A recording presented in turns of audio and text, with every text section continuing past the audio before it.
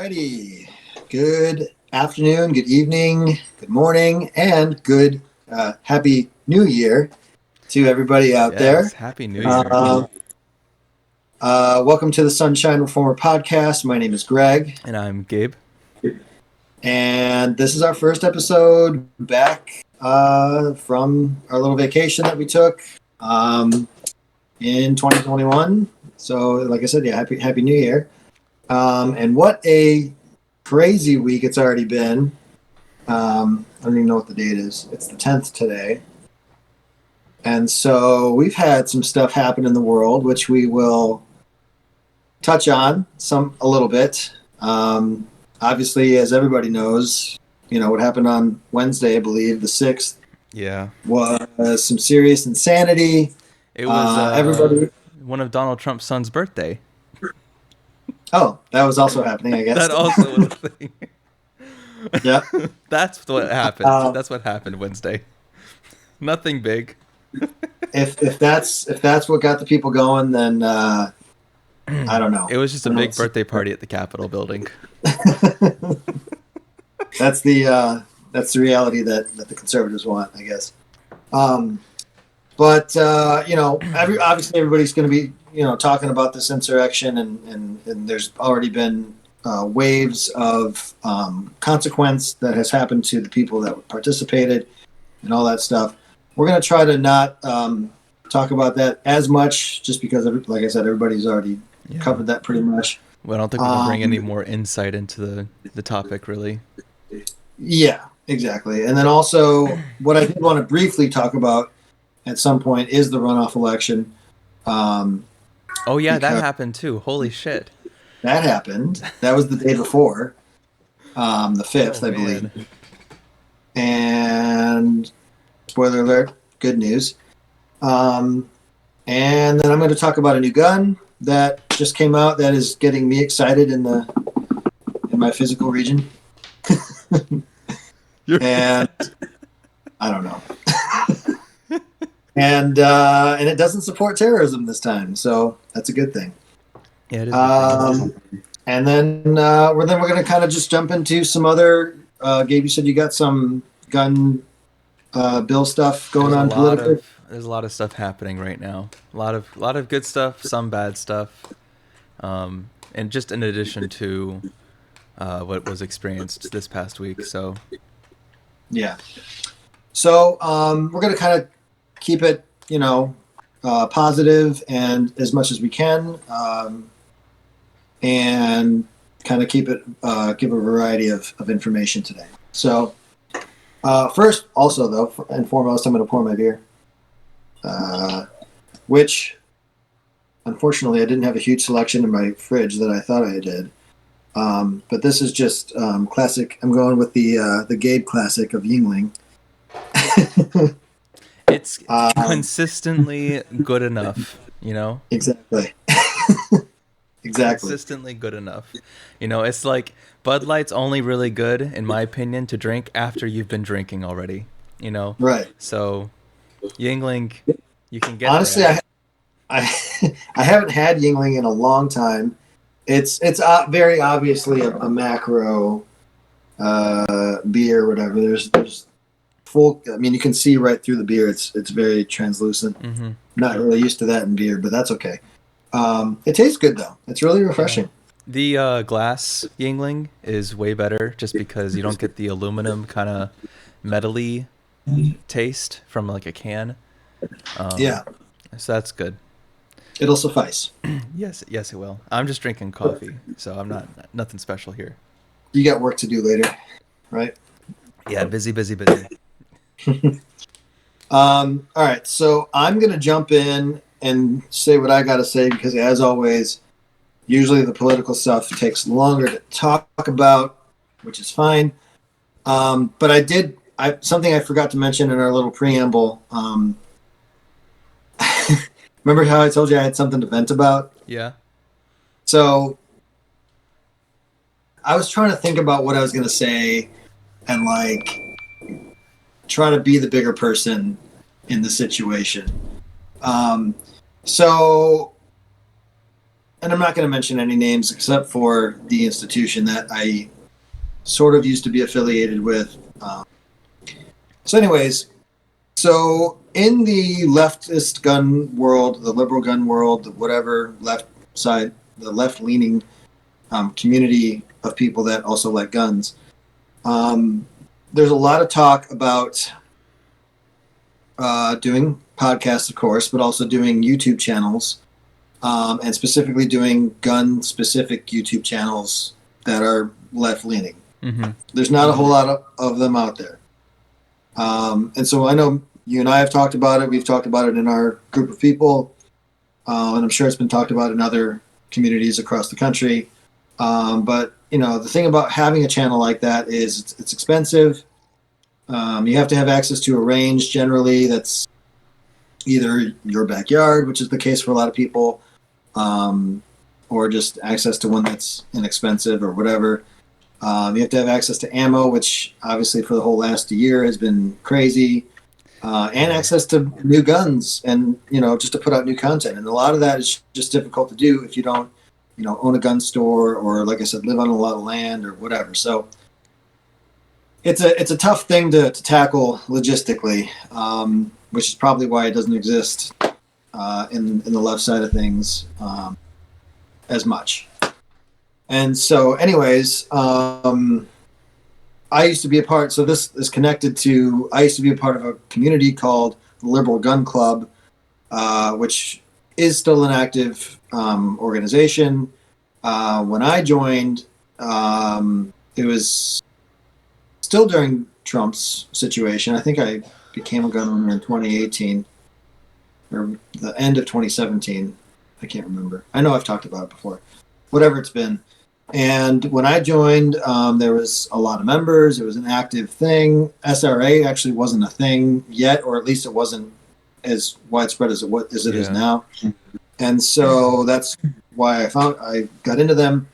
Well, anyways, we had a president of the chapter. It was just a Florida chapter. There wasn't any like subsection.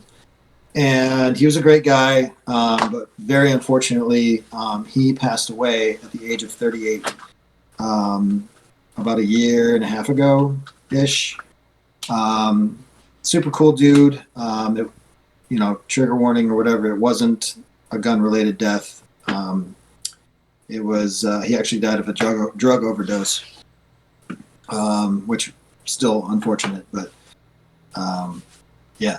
So, and it was completely, you know, everybody believes it was unintentional. It wasn't like he was trying to kill himself.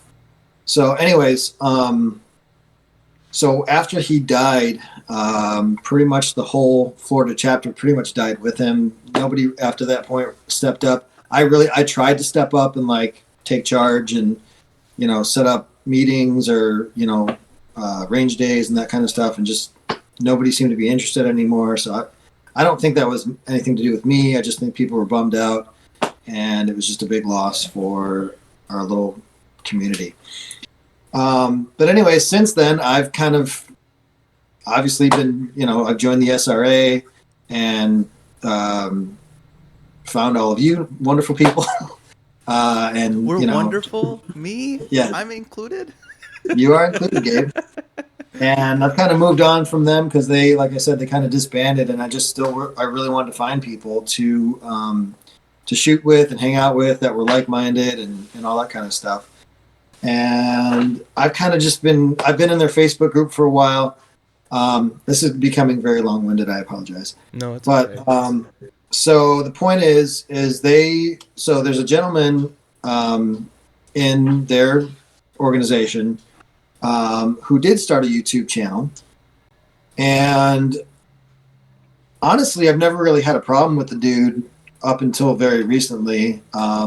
There's been people in the Liberal Gun Club and the SRA who have called me out for being a Canic fan. Like I've kind of jokingly mentioned today, there's people that suggest that Canic firearms, because they're Turkish, you know, the whole dictatorship that exists over there or whatever. I've done my own research on it. I actually haven't found any evidence suggesting that Canic directly like gives money to the Turkish government and vice versa. Or as far as I'm concerned, there's nothing nefarious going on. I don't know for sure. We've kind of talked about it at length, though, on the show. But either way, whatever your opinion is, whatever. I still think they're great guns. I think they're affordable. And there's other guns out there, of course. There's stuff like Ruger and Taurus and other stuff in the affordable segment of guns that I still recommend to people, even though they might be less expensive or whatever. And unfortunately, this particular gentleman who is a YouTuber, and I wouldn't say he's really influential, but he's fairly influential in the liberal / leftist gun community. And as a result of 2020 and everything going on, we have 6.7 million new gun owners out there. And my big problem with this guy is that he is basically saying that if you don't buy anything other than a Glock or a Smith & Wesson or a SIG, and then spend tons of money like modifying these guns, and basically just telling people that they have to spend a ton of money on these things, that you're not going to get something quality, that you're not going to be able to defend yourself, that it's going to be, it's not like bad advice, but it's like it's not great advice for somebody who's a new gun owner or somebody who's looking to buy a new gun that's sort of considered it. They've gone to the range, they've done some training or whatever. And that's kind of my beef with him, is that he just to me, especially for somebody like I said, with a new gun owner, I just don't think it's great advice. And so me and him have kind of squabbled back and forth, and then finally, he just put out this video a couple days ago that basically making fun of me. And there's been, it's not just me, there's been other people that have called him out for it and said that, hey, people are on a budget, especially brand new gun owners, especially right now. Right, during the pandemic, they can't afford to pay for their rent, or they have to decide between electricity, water, or food, let alone any medical expenses that they may incur during this time. So it's just really ignorant. Yeah, it just kind of it irked me, and it kind of what's the word? Rubbed me the wrong way. Yeah. That's what I was trying to say. Yeah. So I kind of called him out on it. I was like, look, dude, people that are first of all liberals or left leaning, who probably never thought that they were going to be buying guns in the first place before 2020. Now they do. So put your mind in somebody who's been anti-gun or whatever the case. They didn't think about buying a gun until now. So then they say, okay, well, maybe I should buy a gun for self-defense or home defense or whatever. Cool. What are my options? And this guy says, spend $600 on a Glock 19, but then also you have to buy a trigger for it. Also, you have to change the grips on it. Mm-hmm. Also, you have to change the sights on it. Basically, you just have to get a different gun at that point. Yeah, and it's like, no, dude, there are guns. So I actually came up with a pretty cool analogy that I kind of liked. So guns like Canex and Taurus, and to some extent Ruger, they have an inexpensive line. Smith & Wesson is actually a little bit cheaper than Glock also, and by some extension CZ. Glocks are by far and away, they're the most expensive of the big brands. So guns like that, it's like buying an entry level to mid level PC, right? It'll do everything you need it to do. You can go online, you can check email, you can watch Netflix, whatever.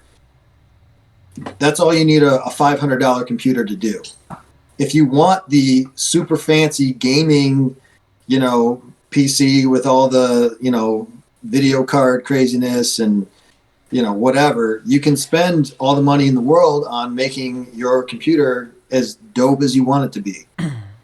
I think that's kind of what Glock is for the gun world. Like, you buy the Glock, and if you want to, the aftermarket for Glock is huge. Yeah. And that's great. And then, that's for some people. But in my opinion, that's not for somebody who's first buying a gun.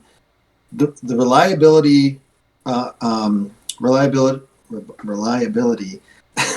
argument to me is null and void. Any gun on the market with some small exceptions, high points are not great and are not reliable, like the end. But Taurus, I know, has had some reliability issues, but Canik absolutely has not ever had reliability issues. Anything you hear online about their stuff has to do with the recoil spring, which is talked about at length on the internet. All you got to do is Canik will either send you one for free, or I think you can order one online too, or whatever, if you're having problems. And that has to do with ammunition. It's a simple stuff that you just have to research. So saying that a Glock is reliable or more reliable than anything else on the market is just not true anymore. It might have been true 30 years ago or 40 years ago when Glocks came out. Sure, that might have been the case, but things have changed. And so,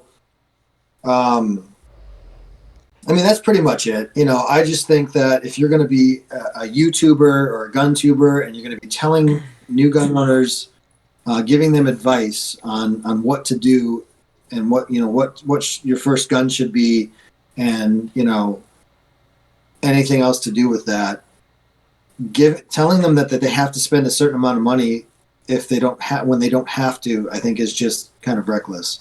And I think I used the word entitled also, just because like I said, people don't have $600, $700, $800 to spend. I think most people don't have that much money to spend on a gun for the first thing that they buy. And if you do, great, that's fine. But I just, in my experience, that's what I've seen with dealing with new gun owners or people that are looking to buy guns. So all of that being said, I kind of let my emotions get the best of me, and I am no longer affiliated with the Liberal Gun Club or the Liberal Gun Owners, which is a separate entity of the Liberal Gun Club.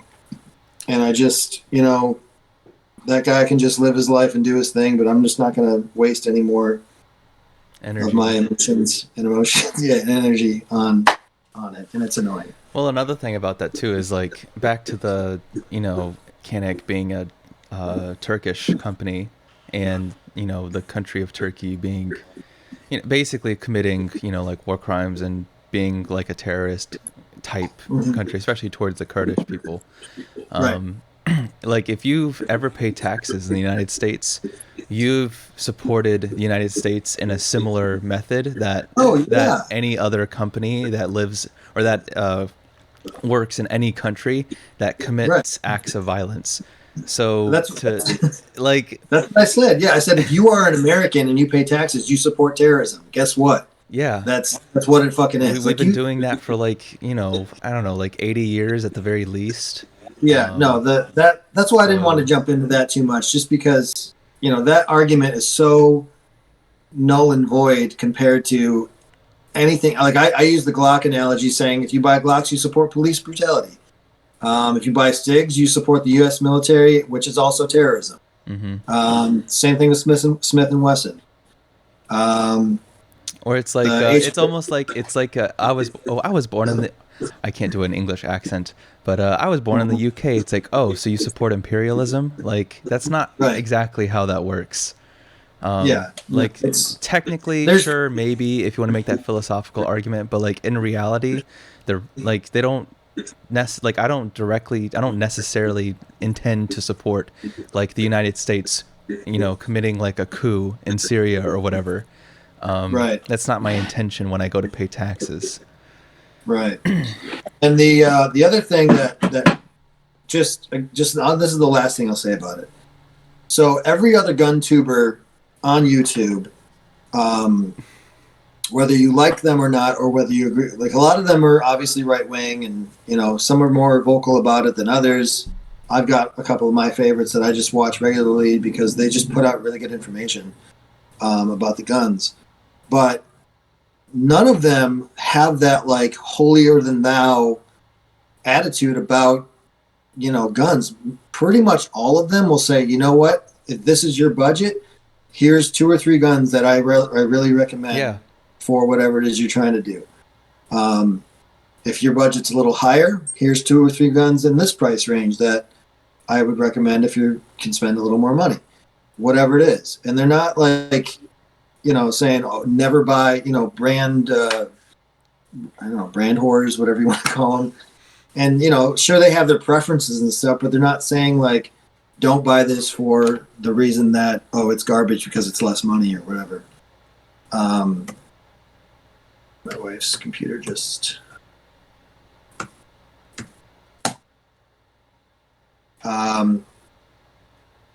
yeah, so that's the end of it.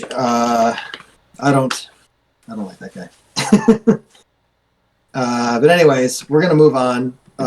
And speaking of guns that I think are cool, and for a multitude of reasons, but this is probably going to be my next gun purchase. I've been doing a lot of research on it. If you want to go ahead and bring up that website. I did. Okay, thank you. Mm-hmm.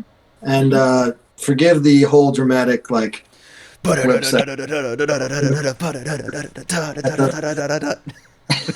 the top of the website. It All looks right, like a video game. I know. Yeah, it's dramatic. It's annoyingly dramatic, but whatever. The gun's still really cool.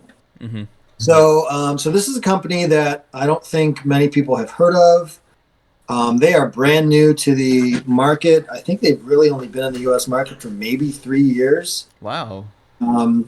So their claim to fame was, it's called Arex Defense, and they are Slovenian. And there's actually a really funny review for the Delta Gen 1 by the firearms blog TFB TV. I follow that channel. I think they do a pretty good job for gun reviews. They're pretty much apolitical. They really just talk about guns. So the guy's name is James Reeves. He's he's also famous for wearing very short shorts when he does his gun reviews, which is sort of a funny thing. But he did a funny video kind of mocking the whole Eastern European. He wore an Adidas tracksuit while he did the review, which was funny. But anyway, so Arex is a company. The first gun that they brought to the U.S. market was a Sig Sauer P226 clone, but they did it in the best way possible. It's actually a lot of people are saying that their version of it might be better than the Sig, or at least as good as them, which is a hammer-fired steel-framed handgun, popular. If you know about Sig Sauer's history, they were a very popular police gun for a long time in the 90s and stuff like that. So anyway, so that was their first gun that they brought to market. And so their Delta is their polymer frame striker-fired handgun. Came to market, I believe it was probably 2 years ago. And then so this is their Generation 2 version, which takes the Gen 1 and just makes it a whole lot better. And so I'll just kind of read here. So it's like I said, polymer frame striker fired. It's basically the same kind of thing as a Glock 19, the same size. Excuse me. But of course, it says right here that it comes in 3 different sizes, which I'll explain in a second. And it's also optic ready. That's kind of the way things are going with handguns. More and more companies are just giving people what they want, which is access to a red dot sight, which if you've never tried one, they are very cool. They just make it a lot easier to aim quicker, and you don't have to close one eye or whatever. Target. They're just better. Yeah, it's just really nice. It's kind of like, I don't want to say it's like training wheels, but it's it just makes it easier to do your thing when you're shooting.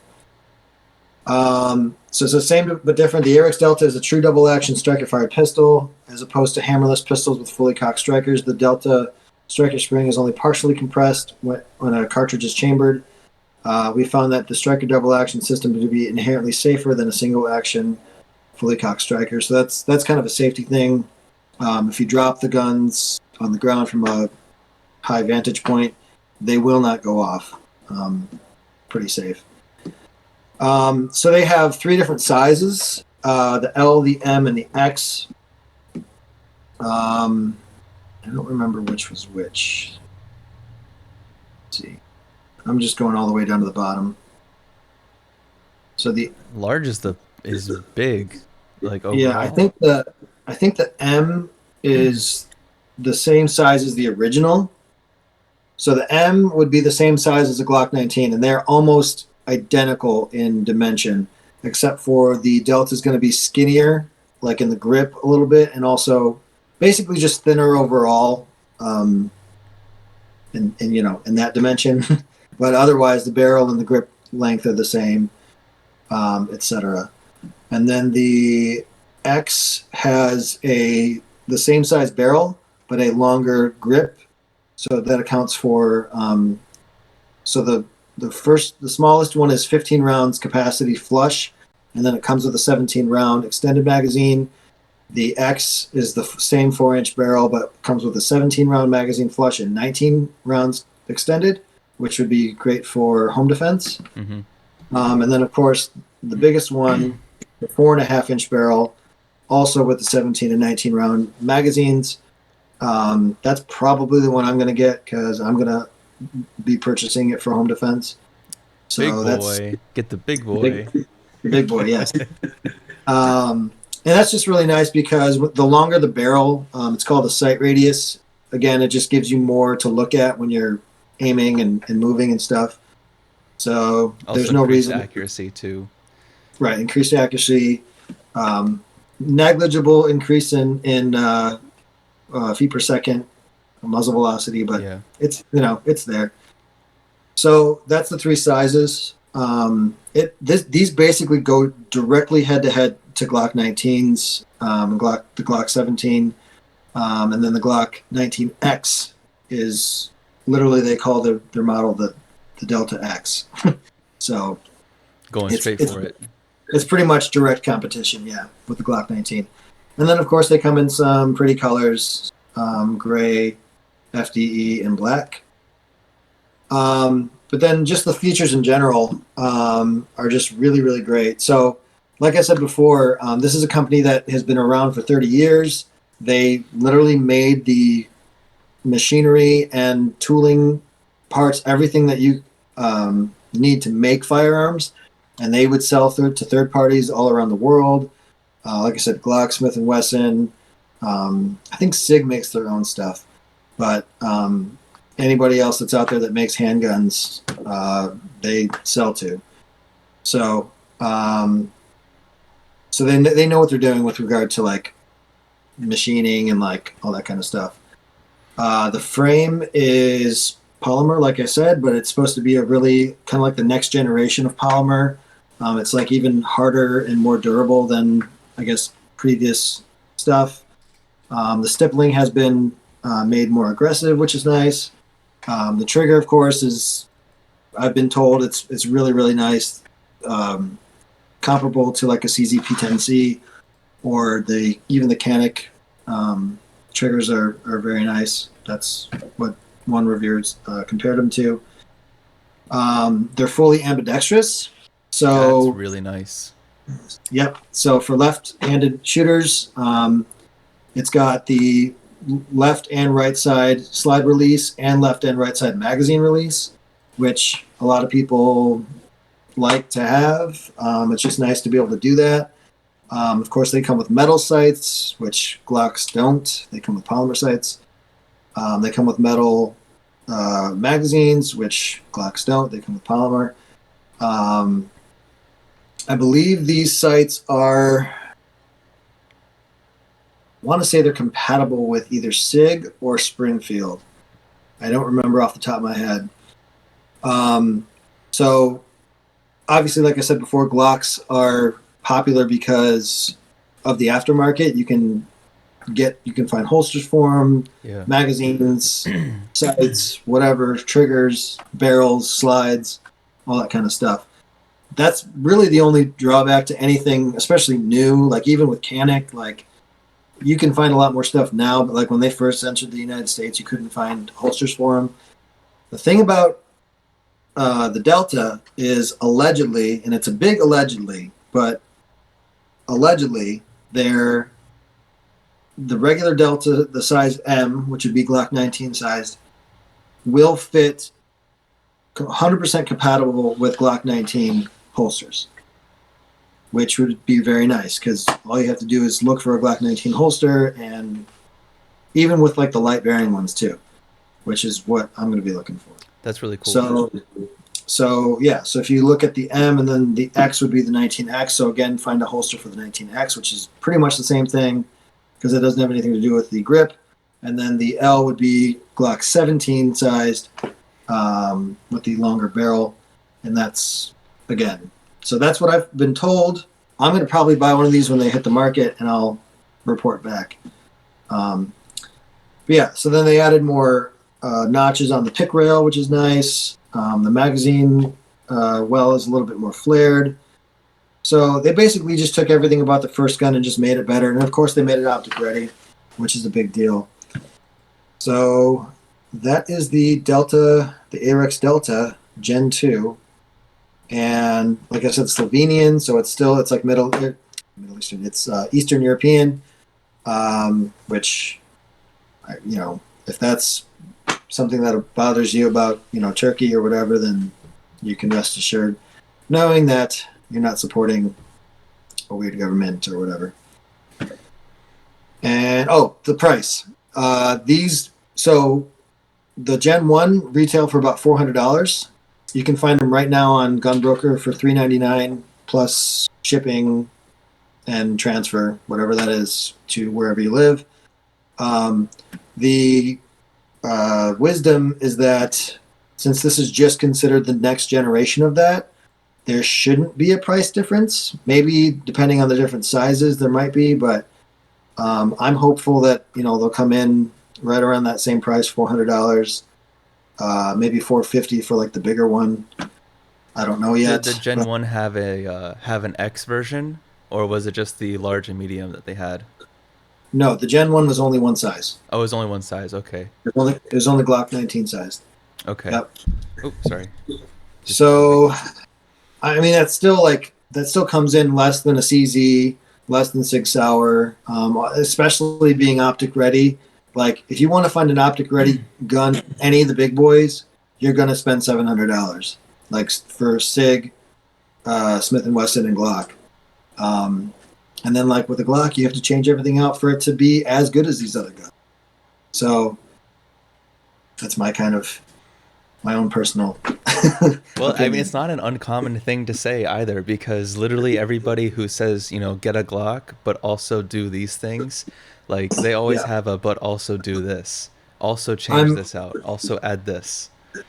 I'm hopeful to see the day where it's not like the norm to want to change everything on your gun. Yeah. Like you can, of course, but like having just a quality product out of the box that you can just go shoot and just be happy with, which I think is already here with Canik. But this is just another company that is also really high quality, reliability is there, and they're making really good guns at a really good price. Mm-hmm. So that is my sales pitch. It's a pretty good one. Yeah, if they come out at around the same price. I was looking to see if they had a price thing, but I don't see one. If they come out around the same price, that's pretty good. I mean, if you go to Gunbroker, let me see real quick. I just checked a couple days ago. And the movie just sells it so much more. Exactly. If you really want to see some cool shit, watch the they have a YouTube video that they put. Oh, they have a woman actor. Yep. Oh, and no. she actually. It looks like she only shows up for like a second. Yeah, but she looks like our people, so to speak. Yeah. Yeah. Here's a company. Where are they at? There's a store in Bullhead City, Arizona. They have over 10 in stock right now at $399.95. You can buy it right now. not the Gen 2, the Gen 1. So they should still be around that. I mean, and that's the other thing too. The Gen 1's not a bad gun. It's basically just like a Glock 19 in features, except for that's also fully ambi.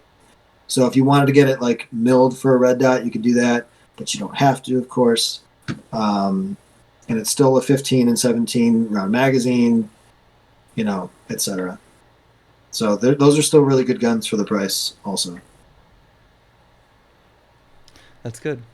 That's some good stuff. Yeah, man, cool stuff coming out I of still want to get a Slovenia. Canik. You sold me really well on that Canik. Nothing wrong with the Canik. I think they're great guns, which are also optic ready out of the box. Well, the one that you And they have a nice wide variety of choice to pick from. yeah. So we can move on to other stuff now. All right. So I don't really know where to start. I guess I'll start with the bills. God, because there's just so much stuff. And I sent you the bills. I think I got it's just 5. Should be 5. So I've got my wife's computer here, so I actually can't get Discord up. okay. Maybe if you just tell me what it is, I can Google it. Well, all I can read is the title because these bills were literally introduced yesterday, and according to Congress.gov, what was it? They'll have text like within at least 1 to 2 days. I'm assuming that's business days. It doesn't say business days, but they don't convene except during business days. And then So these are new gun bills that have been introduced by the Texas members of the Texas Senate. I think it's just Congress in general. They don't have a lot of Democratic House of Representatives in Texas. Most of it's Republican, so I'm kind of surprised that it came out of Texas. And it doesn't say on the bills that it actually came out of Texas. I've just heard from other people that it is coming out of Texas. But there's 5 bills that are looking to introduce types of gun regulation.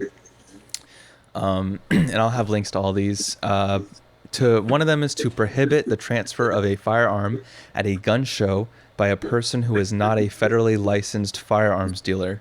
So that is basically that's trying to get at the gun, what was called the gun show loophole for a long time. There's no text, so I can't really infer more information than just that. That's a big deal here in Florida. Yeah, the gun show loophole is just a private sales thing. So you can be a private person who goes to a gun show, and you can technically make a private sale that does not require like documentation, background checks, or anything like that. You don't have to be an FFL and a bunch of other stuff. So it basically prohibits private sales at gun shows, from what I'm understanding from the title. And again, we don't have any other information except that. So, okay. The next one is to require the safe storage of firearms and ammunition, and to require the investigation of reports of improper storage of firearms or ammunition.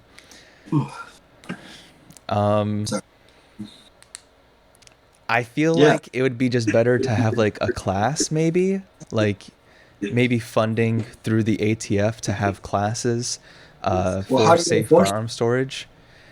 That's the thing. No one's gonna like tattle on you unless they're not a gun person. Right. Like, so I don't see this being effective legislation. And again, I think the better thing to do would just be to offer a voluntary class on safe gun storage and have it funded through something like the ATF, which is already an established regulatory body for alcohol, tobacco, and firearms. So right. That's what I would do. I don't think this is going to be an effective bill. It's so just to touch on that a bit. There's I'm like stuttering before I say something. There's a lot of variables that go into gun ownership. Mm-hmm. That I think a lot of people, it's like there's no standard for rules or for training or for you know by going, if you go range to range to range, they all generally have the same like rules and stuff, and like firearm safety and whatever. But like you just said, like with storage, like there's no like standard like this is how you need to store. Like how like with chemicals, like if you're a restaurant or something and you have to store cleaning chemicals like a foot off the ground, like away from all the meats or whatever, away from the dry goods. Yeah. And even whatever. disposing of stuff too. You can't just dump your fry oil anywhere. You have to actually dispose of it. Like those are regulations. Like those are like actual rules that people need to comply with in order to conduct business in the restaurant industry. There's nothing like that in the gun world because of, I don't want to call them crazy people, but just any attack on gun ownership is an attack. Any attempt to try to come up with something that makes sense is an attack on the 2A, and that's something that I really disagree with. I think there needs to be more standardized stuff that just makes sense. Yeah. So, and honestly, anyways. like just like a government-funded education of things would be awesome, and make it easy and accessible for people, and not expensive, so that anybody could do it and learn about it. But right. and that would honestly help a lot of people. Right. Oh, it'd be super helpful. I just don't understand why people are so anti-training and information, anti-education, and yeah, like it says in the 2A, like a well-regulated militia. It does say something about training in there. I can't remember sorry for not knowing it by heart. Are you telling me you don't have every single word of the Constitution memorized? I don't have it. I don't have it tattooed on my arms. I just don't. Oh, so I hate America. I mean, it's all nice and everything to have the Constitution, but I'm not exactly married to it. It was because of the Constitution that allowed slavery to exist in the first place. The lack of mentioning freedom for specific individuals. So, right. It is what it is. It's nice to have. It's nice to have guaranteed rights. It's something that we have a privilege of enjoying in the United States. Right. But it is, at the end of the day, it's a piece of paper. So, right. The next one is to provide the licensing of firearm and ammunition possession and the registration of firearms to prohibit the possession of certain ammunition. That one is messed up, and I'm actually really concerned about, because it doesn't say what kind of ammunition it would prohibit. Also, of course, the registration of firearms is concerning for everybody, always, in the 2A community. Do you think it'll go into detail in the bill of what they mean?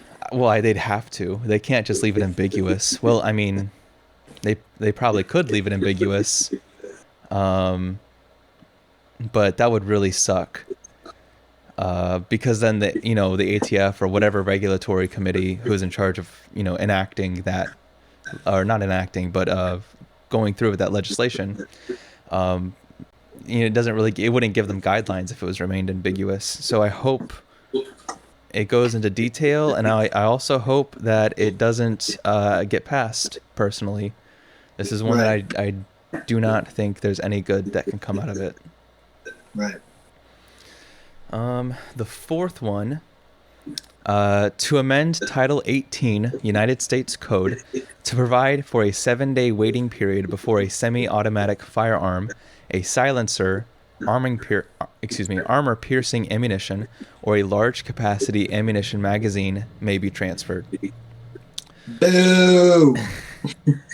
This one, I don't know if it's necessarily too much of an issue, because for the most of those things you'd have to wait on anyway. You're not getting a silencer day of in most cases anyway. You're not getting large. I disagree with that though. I mean, I disagree with it coming into law, but it's just So here's my thing. I think silencers are way more. The only reason why they have a bad reputation is because in the 1930s they were given a bad reputation by the government pushing an agenda that didn't make any sense, that people that with silencers or suppressors are going to be, thieves in the night or whatever, criminals in the night that are sneaking up on you trying to murder people silently. Yeah. And that's not feasible at all. It's the same reason why marijuana has a bad reputation, because again, back in the 1930s, it was made illegal, and there was this giant propaganda campaign. Did you know that if you smoke one weed, you instantly become the worst person in the entire world? You're basically Hitler at that point. Basically, yes. But it's the same thing. Like, it's the same. The only reason why there's a stigma against any of that stuff on the NFA, with the exception of automatic weapons, I think those don't necessarily need to be in everyone's hands. But and they're not really effective in actual self-defense. Yeah. We don't even really. We use them in the military, but we don't use them against people. Like it's a suppressive fire. It's not meant to be one-on-one. Yeah. It's a tactic more than it is like your ability to do something, so to speak. Right. But anyways, I think suppressors need to come off the list, and I think you should be able to buy them as easily as you can buy, a bar of soap. I don't necessarily agree with armor-piercing ammunition either. I think that could be effective for home defense as well, and I don't think would be used in any kind of nefarious ways on any massive, statistically. Well, I mean, buying steel cord, isn't that technically like an armor-piercing type round? Well, you can buy armor-piercing rounds. So without any regulation. So yeah, I mean, like, boom, done. No issue. High-cap magazines aren't a thing either. I think anything to do with magazine capacity limiting is garbage. I agree. And shouldn't be a thing. The thing that should be pushed, like I just said, is training. And like we just talked about, education. Like if the government subsidized, and I know we've talked about this in other episodes, but if the government subsidized and incentivized training somehow in the gun buying process, whether it's at the range or at the gun store or whatever, I think the world would be a better place. Yeah, like gun casualties and a bunch of other things, like accidental shootings and all this, and accidental discharges. All of that would go away necessarily, but it would definitely reduce like a drastic amount. Mm-hmm. So, and make it voluntary. Easy. It's just easy. Just make it voluntary. Right. And then the last one for this, to provide for this is the worst one, I think, to provide for the hiring of 200 additional Bureau of Alcohol, Tobacco, Firearms, and Explosive Agents and investigators to enforce gun laws.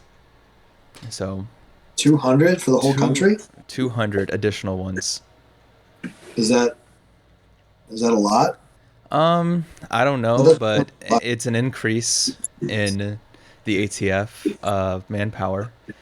So it kind of sucks. Yeah. It would give them more, and for investigators and stuff like that. So that would basically go hand in hand with the other one, with investigation of reports of improper storage of firearms or ammunition. That would be, helping that basically, and all these other laws and regulations too that come up. So I hope that one of all of them does not pass through. That would be really annoying. I just want to know, who are these people talking to? Like, what kind of research goes into writing these bills? I have no idea. You know what I mean? I don't know. It would be dependent on whoever's writing it and whoever's like sponsors and co-sponsors it. They're the ones who are doing any research, air quotes, that would go Well, into writing a bill. do they bring in I know that the left or the Democrats or whatever have historically been more anti-gun. That's fine, but when they're writing these bills that are trying to control the gun community, the gun owning community, um, who are they talking to? I don't Like, know. To me, it always has felt like it was the least researched position that Democrats, broadly speaking, hold. And even like a broad, excuse me, a broad part of their community, or not community, but a broad portion of Democratic supporters, like vastly would not be in favor of this stuff because more people own guns than you think. You know, right, it as much as Republicans and conservatives, broadly speaking, like to talk about how Democrats are going to come and take your guns, or like lefties are going to come and take your guns, and then it's going to be, basically autocracy from there on out. It's just absolutely not true. Way more people own guns than the right likes to give credit for. right. I don't know. Yeah, It I just doesn't know. make any sense to me. Yeah, it's kind of makes me want to run for office or Do it, whatever. do it, do it, do it.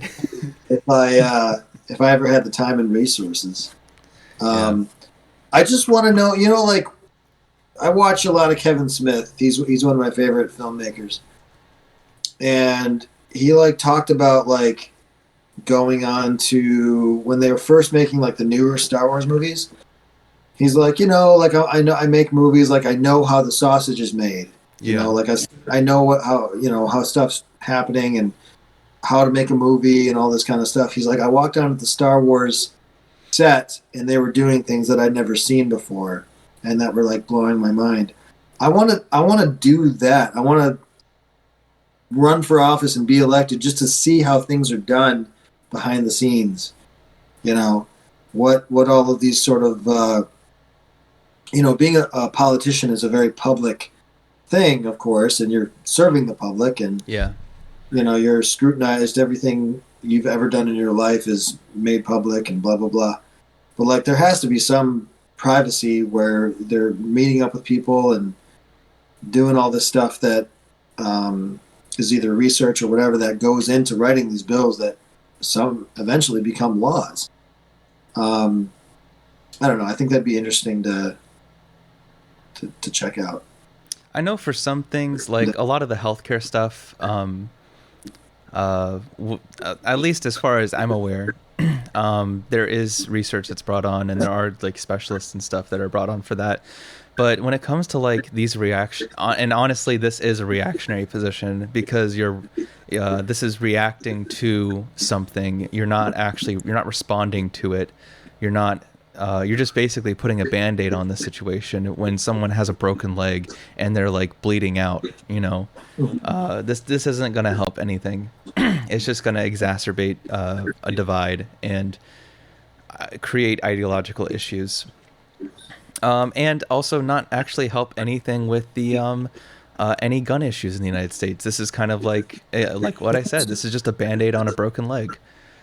It's not going to do That's anything. the thing is like it's not. It's especially like now more than ever. Yeah, the internet gets a bad rap for like having bad information, sure, but also there's a lot of really good information, and it really doesn't take that much. I know I was just bashing the fuck out of the Liberal Gun Club for a long time.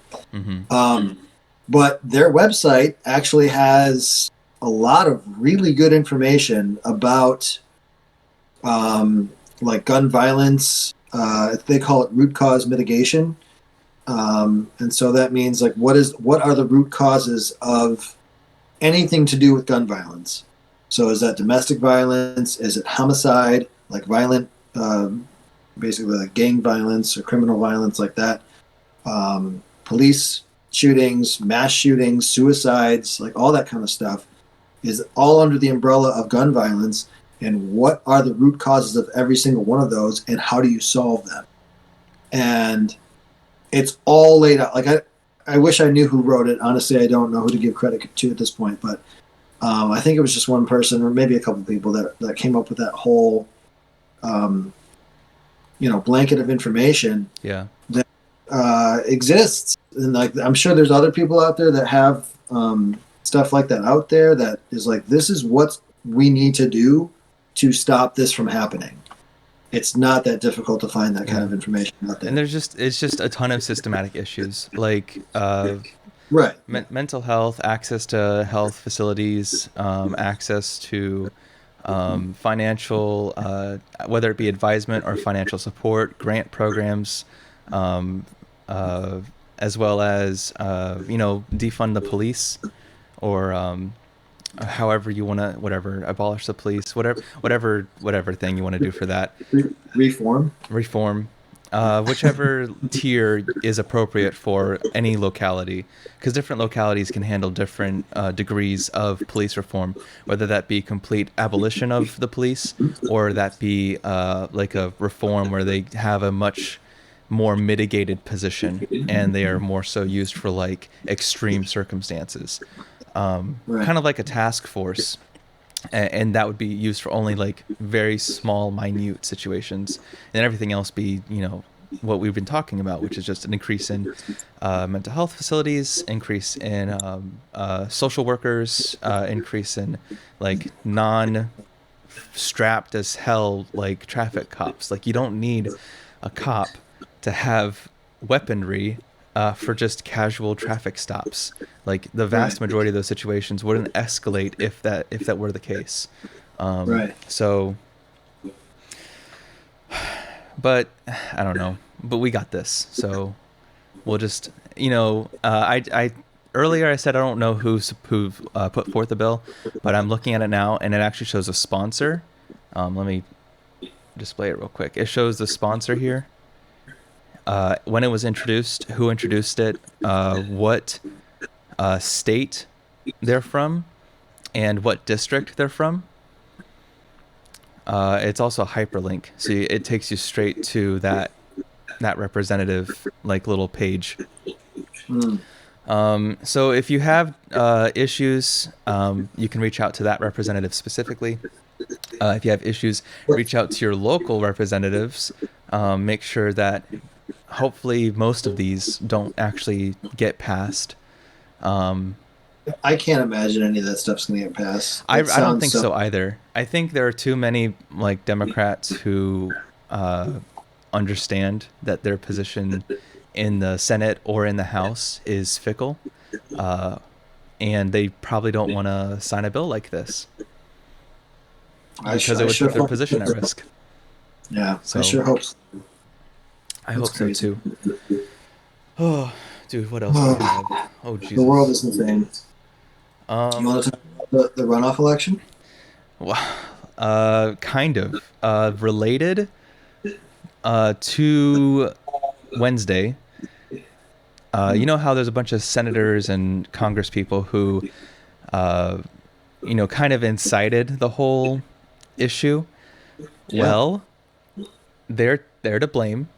In the 14th Amendment of the Constitution, and I have it pulled up here, in, Section 3? No person shall be a senator or representative in Congress or elector of president and vice president or hold any office, civil or military, under the United States or under any state, who having previously taken an oath as a member of Congress or as an officer of the United States or as a member of any state legislature or as an executive or judicial officer of any state to support the Constitution of the United States, shall have engaged in the insurrection or rebellion against the same or given aid or comfort to the enemies thereof. But Congress may but Congress may by a vote of 2/3 of each house remove such disability.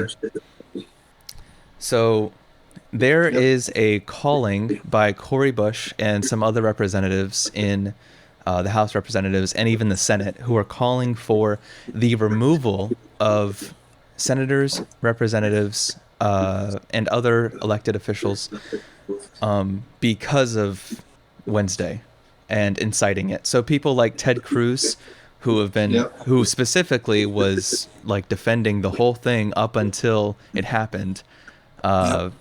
and a bunch Also, of other people who were at fault. our boy Voldemort. Yep. So He's in there. we're it would need a 2/3 majority vote by both houses, as I just read. But that'd be pretty sick because that basically removes a shit ton of really toxic Republicans from office and would throw the Senate and House into special elections to fill those vacant seats. Right. So that would be dope as hell. I don't know if it's going to go anywhere, but that'd be cool. As I said, how realistic is that? I don't know. That's the thing. I don't know because like there's so much that's happened. Honestly, I didn't think Georgia was going to happen. I didn't think we would win both of those senators. And some of the stuff that I have Legitimately, I to didn't talk think about so. still, I didn't know was going to happen either. So, like, part of me is like really skeptical, but another part of me is kind of like really hopeful because there's been a lot of good stuff that's been happening recently. So, Woo! Excuse me. oh my god, that's contagious. Sorry. I was up early this morning also. Same. And I also didn't get a lot of sleep, so Same. life. So, this is pretty exciting. Um, That's crazy. I let's see didn't. here. Well, I think I heard about that, but I didn't know how extensive the, you know. Well, I'm pretty sure kicking. 100% of the Democrats support it. And I Right. have a feeling even the libertarians would support it. Right. The few of them that exist. So there's that. It's not 2/3 of either house, but that's a pretty decent chunk. And I would imagine there's a few Republicans who would, try to save face amongst all of this and would also Who's be the in one favor of dude? it. Mitt Romney would. Oh yeah, Mitt Romney would. Easy. He's been outspoken against Trump this entire time. Doesn't make him good. He's not a good Republican. It just means he's not as bought Evil. as the others. He's diet evil. like this is them, and then Mitt Romney's like that, like right there, Yeah. So Yeah. it just makes him a little less shitty. Yeah. My wife went to his. My wife and him went to the same high school I'm so sorry to hear that. in Michigan. Yeah, it's like a super fancy private school. Another thing that came out, I have a news article here. Congressman Steve Cohen from Tennessee of the 9th District announced a plan to introduce a resolution to amend the Constitution by abolishing the Electoral College. Right. I remember you mentioned that. Yeah, when I found that out, I sent it to everybody that I could because that's big news. It is huge. It's huge. Right. It's huge, baby. Yes. So question. So what would happen if it went away? It would just be numbers of votes? The popular vote would always win for the president. Right. Popular vote would always win. So, and they go on in this article. It's very brief. But he says something along the lines of, back in the early 1900s or whatever, we voted to change the Senate to be voted by the people. It's long overdue that the president and vice president be changed to do the same. So this would be absolutely huge for the left. The broad, and when I say the left, I mean the very broad left, and that includes, unfortunately, the Democrats. It's very good. It's a step in the right direction. We were talking about the interstate compact, national interstate compact, with the abolishing the Electoral College through that means. It looks like it got enough support that this probably influenced his decision to introduce this to the floor. So it's good news. It's good news, And then if this gets passed, the next step, I believe the next step for federal elections and local elections is to introduce changes in how we vote. We shouldn't be voting first past the post, which is what we currently have, where it's basically you vote for one person and whoever has the most of those votes, effectively wins with obvious exceptions. there are ways that we can change this where you could have ranked choice voting, where you vote for all of the people you would want, but you rank them. So like, let's say Bernie Sanders is running and you have a bunch of other people running. You put Bernie Sanders as your first vote, and then you pick, however many other people, like, I don't know, I'm going to throw names out. Like maybe Hillary Clinton is like a third person, and Joe Biden was like a fourth person, and maybe Tulsi Gabbard was like your second person, or whatever. The actual names don't really matter, but the idea is that at the end of it, whoever had the most of those votes wins at that point. It would probably make the election process a little bit longer, but it would be really good for introducing like third parties. Third parties would actually get an opportunity to shine in federal elections and local elections, but that would be a state thing. Elections are given to the state to decide, so we got to push that as Florida or as Texas or as California or whatever. So there's that. I never even thought about voting like that, like having a first choice, second. It's really cool. Like actually looking into, and I didn't even know until probably about a year ago. It's really interesting looking into different types of voting systems that, you just grow up and you're just kind of like, well, this is like the default position just seems to make sense or whatever. Right. And you finally like learn about things and it opens up your view and you're like, holy crap. There's a wealth of different things that we can do and try and like make this better, And I think doing ranked choice voting and allowing third parties an opportunity to actually shine is also really good for like getting people to vote in the first place. It makes them feel like, man, it's no longer lesser of two evils. Now it matters, Right. I can see it happen in action and work. That's cool. Right. That's cool. Yeah, that is cool. So, and I think the last thing, or the last big thing, I suppose, is I'll include a link that allows you to find your representative based on your zip code. So if you don't know who your representative is, you can find out who it is, and you can email them or call them or whatever it is that they have access to, and bitch at them, complain to them. We don't want this. We do want this, and just do that. So yeah, those are the big things, I think, that aren't the federal things. Oh, okay. I was to say federally they're talking about impeaching Trump again. Oh yeah. So I have something for that too. Now that we've got all the other stuff out of the way, there have been calls to enact the 25th Amendment, Section 4.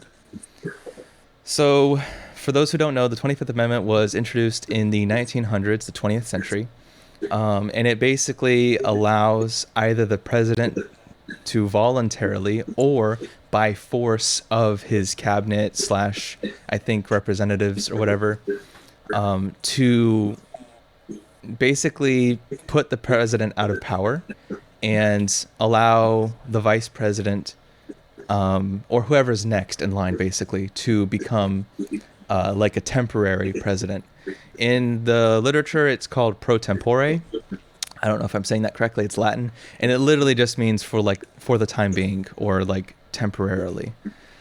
I believe Section 3 was enacted by a few presidents. Like I know Bush went out twice because he had to be anesthetized for an operation. So the vice president was temporarily like the president at the time. And then it was given back to Bush when he was done. Right. Section 4 hasn't been enacted as far as I'm aware of.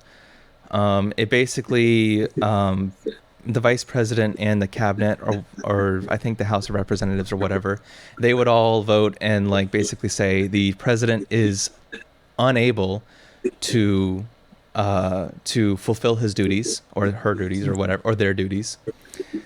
So we're just gonna yoink him from the position temporarily. and the vice president will take over. So it basically forces the president out for a specific time, you know. I heard that also if that happens, it prevents him from being able to run again. I don't know about that. That's I don't maybe What's the whole thing about like he can't run again and he might lose his salary that would be or whatever? impeachment. So impeachment would revoke his salary and revoke Secret Service detail, and would revoke his ability to run for anything in the United States. Right. Impeachment is not a crime. It's not a criminal court ruling or whatever. He could still go to court and be charged with federal crimes, but impeachment is specific to political power. Right. So this would just be it because I'm remembering now that of course the House like voted for impeachment and the Senate did not. yeah, Do you think it would change now? I think so. I think a lot of Republicans would have to save face, and of course the Democrats would be like, "Hell yeah, let's impeach him, impeach the bitch." Right. So it would be a matter of getting it on the floor and getting it done in time. Right. Well, I think that's what they're trying to do, though. Yeah, You know? I hope they do, because that's kind of what's needed for this situation. Impeachment is not a fruitless endeavor. Just because we're like 2 weeks away from Joe Biden becoming the next president or inaugurated or whatever. Right. There's still purpose behind it. There are repercussions that last the rest of his life. You know, as short as that may be, it matters. You know. Right. It'd just be, to me, it'd be the ultimate fuck you. Like, Yeah, it'd be like, fuck you and never come back. yeah. You know. And he would still have like influential power, so to speak. You know, he would still be like a person, like a public person. Yeah. Right. But it takes away his ability to, you know, physically partake in the system like that. Right. In the government. Yeah. In the Yeah. government. Oh, Yeah, dude. yeah.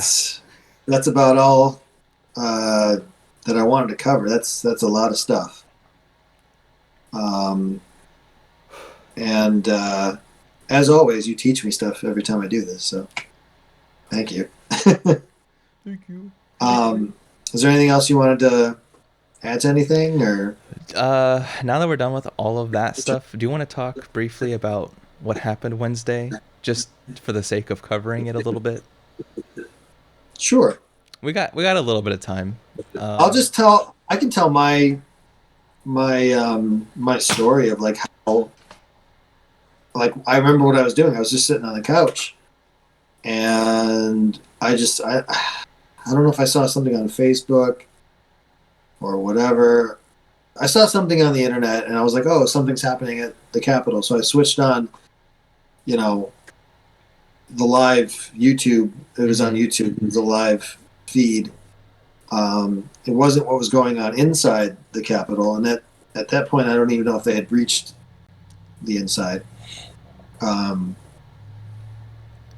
But I remember hearing an explosion live, and I was like, "What the fuck just happened?" There was an explosion, like it was a loud boom, and they later said that was like a pipe bomb or something.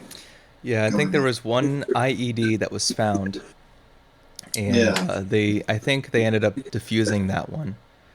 But I remember hearing that too, because I was asking about it. I was like, "Where was that?" And then someone linked it, and they're like, "Rewind a little bit," and there was definitely an explosion somewhere.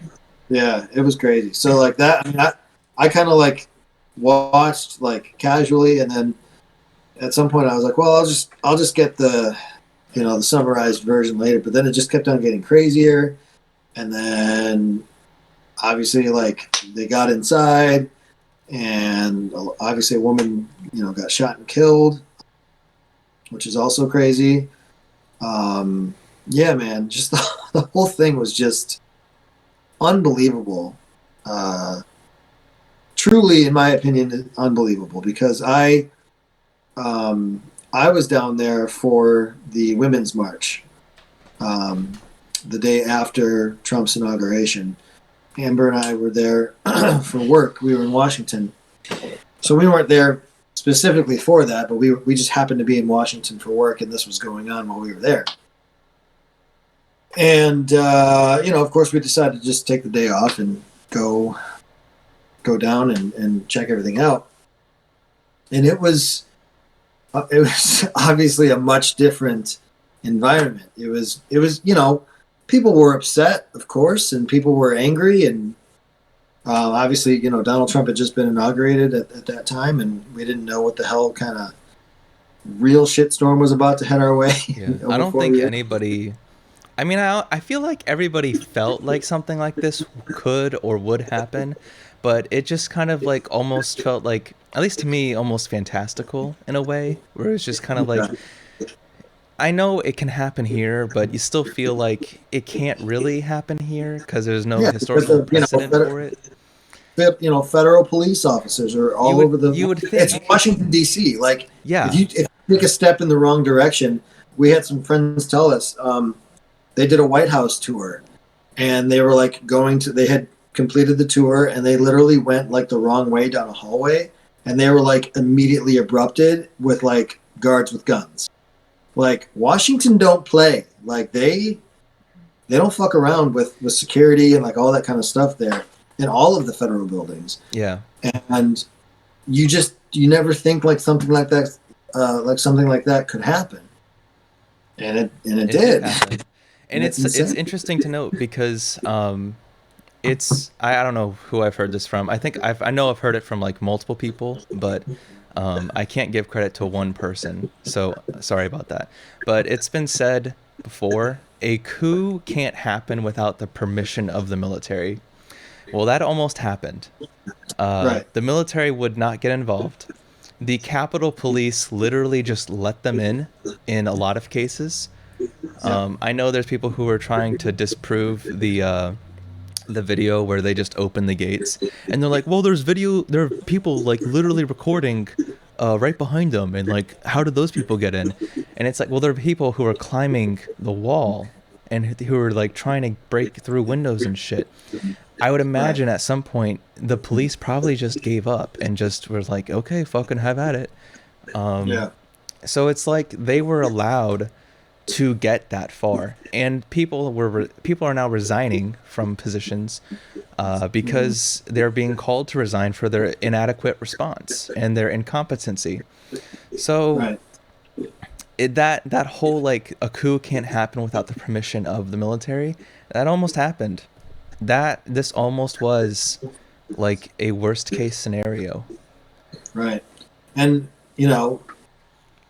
Amber and I were talking today. I think there's talk of another event happening sometime around the inauguration in a couple weeks from now, whatever it is. So 10 days.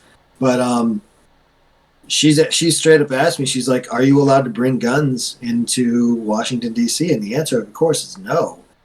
I believe you're allowed to conceal carry in certain areas, but certainly not on federal grounds, certainly not around, presidential stuff, anything like that. And I have a feeling they're probably going to screen the crowd really well this time around. I kind of hope they do, because if they don't, it would be a massacre. Well, this is what Amber was telling me. She was asking me, she said, do you think that they'll, if people show up with AR-15s, and I mean, Trump supporters, or whatever, if they show up in any kind of aggressive way en masse, or even worse than what happened last week, or would they be fired upon? I said, absolutely. They have snipers like everywhere. There are people. These people just are completely devoid of reality. They're living in an alternate universe. And if they try to mess with the inauguration or anything like that, it's going to be a bloodbath. They'll find out real quick, I think. It's definitely not a fight I would want to do. No. If you're broadly left leaning, even like Democrat or whatever, in the United States, it would probably just be best not to go to DC for a while Right. for any reason. There's just no Yeah. need. There's too much for your own safety. There's just too much Yeah. happening. It's crazy. Um, The there is one thing I do want to say, and there's a lot of I don't know what the right word would be for it, but there's a lot of like not retaliatory, and it's not like it might be what is it called, retribution or retributive justice, or the mhm. desire of it or something like that, to see these like Trump supporters or right leaning people or whatever you want to call it, be, you know, detained, killed, whatever the worst thing could be, that you could think of for a situation like this. Like I know there's a lot of people who, when the woman was announced dead, who was shot, there's a lot of really antagonistic voicings about that. And it's like thought of things like that's what you get, you deserved that, or like stuff like that. And that's Right. really fucked up, Yeah. coming from the left, where we say that we're in favor of like prison reforms and rehabilitative justice. I don't know if I'm saying that correctly, but Yeah. rehabilitating people so that they can be reintroduced to society and be productive members of that society. And to go out and say like negative things like that about these people who genuinely, whether they know this or not, those people who are affected, they're propagandized to, they're surrounded in a little bubble. And to Right. a large degree, that's their own fault. You're an adult, you take responsibility for that. But it doesn't mean we should just wish the worst thing upon them, like to cease existing. That doesn't make us much better. The whole thing about the left is to, if we had our way, everybody would be part owner of the company they worked for.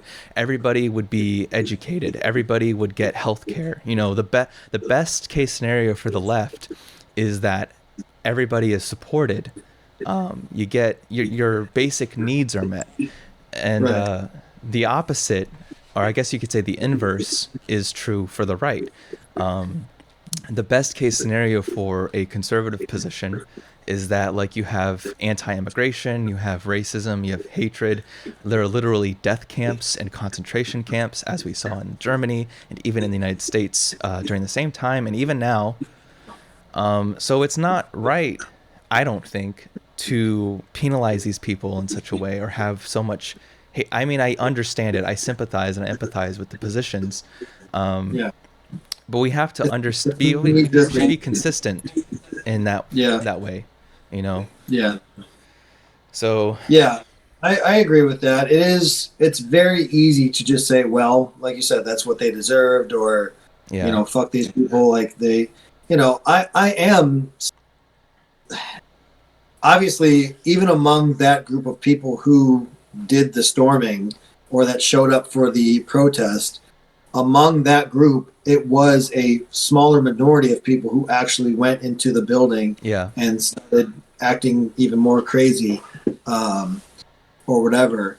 And so, does that make me angry? Yeah, it makes me really angry. And there's, obviously, there's been members of the GOP and all kinds of um, people on that side of the spectrum that have expressed outrage for that minority of that group that went in and destroyed property and whatever.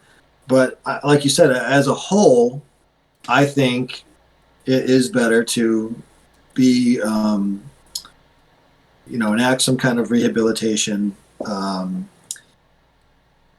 However can't you want happen. to Look, say that. Yeah. I feel when it first was happening and in the moment, I was like, damn, this is kind of like, it almost felt good for a little bit. And I can't lie, because like that's just how it was at the time. But it takes, you Yeah. have to you have to separate yourself from the situation and think, does this align with everything that I promote? And Right. not really. Yeah. And I think and that was mentioned in our little group chat that we had going on, and that was kind of like what woke me up about that. I was like, okay, I should probably pay attention to that. I won't say their name specifically, just because I don't want to necessarily call them out, even though it's a pseudonym. But if they, if and when they listen to this, they'll know it's them. Yeah. But it's something to note and be mindful of. These people were misinformed for 4 or 5 years, and to a very large degree, the rest of their life, the preceding this moment. Yeah. We should be mindful of that and do our best to curtail the situation rather than just kind of separate ourselves more. And I'm not doing the whole Right. unity BS thing. That's not what I'm trying to do. I'm just hopefully putting out a We should try message. to be better. Yeah, we should try to be better people by at least trying to, change some of these. I hate to use the term the hearts and minds um, of. It's a terrible thing to say. I Yeah, know. yeah. Yeah, that's kind of what it is, though. Like, I would love, I at this point in my life, I don't have a ton of people that I associate myself with that I would consider to be conservative. Although I do have still a couple that I still maintain relationships with who, for whatever reason or another, they just agree with more conservative side of things. And the whole point of having these discussions, and I don't want to say like becoming friends with, but just finding common ground, in that kind of stuff is kind of the name of the game there. So So yeah, a little sad, but I mean, yeah, not too sad. It's just kind of like a reminder, like these people are human too, and they are subject to the same rules and laws, both of the universe and of the government that we are subject to, um, and they were deceived too. yeah. So we just need to see what we can do to try to fix that. You know. And also get rid of toxic leadership. Oh yeah, definitely. Get rid of toxic leadership. Get rid of toxic masculinity. Get rid of toxic, just generally propaganda and all that other stuff. Yeah, Just cut it out. We don't need it. yeah, exactly. So, I'm done. That's what I got. No worries, man. Like I said, thank you for bringing all those topics up. I think they're all pretty relevant. Um, and yeah, we're sitting here at about an hour and a half, so I think that's a good spot to end it. Um, my New Year's resolution this year is I want to record once a week and not skip anything. Yeah. And so yeah, we'll just we'll figure out another day next week to get together. I can guarantee you that by this time next week, there's probably going to be even more stuff to talk about, and I can't wait to start 2021 on a better note, with the incoming administration, and talk about all that kind of stuff.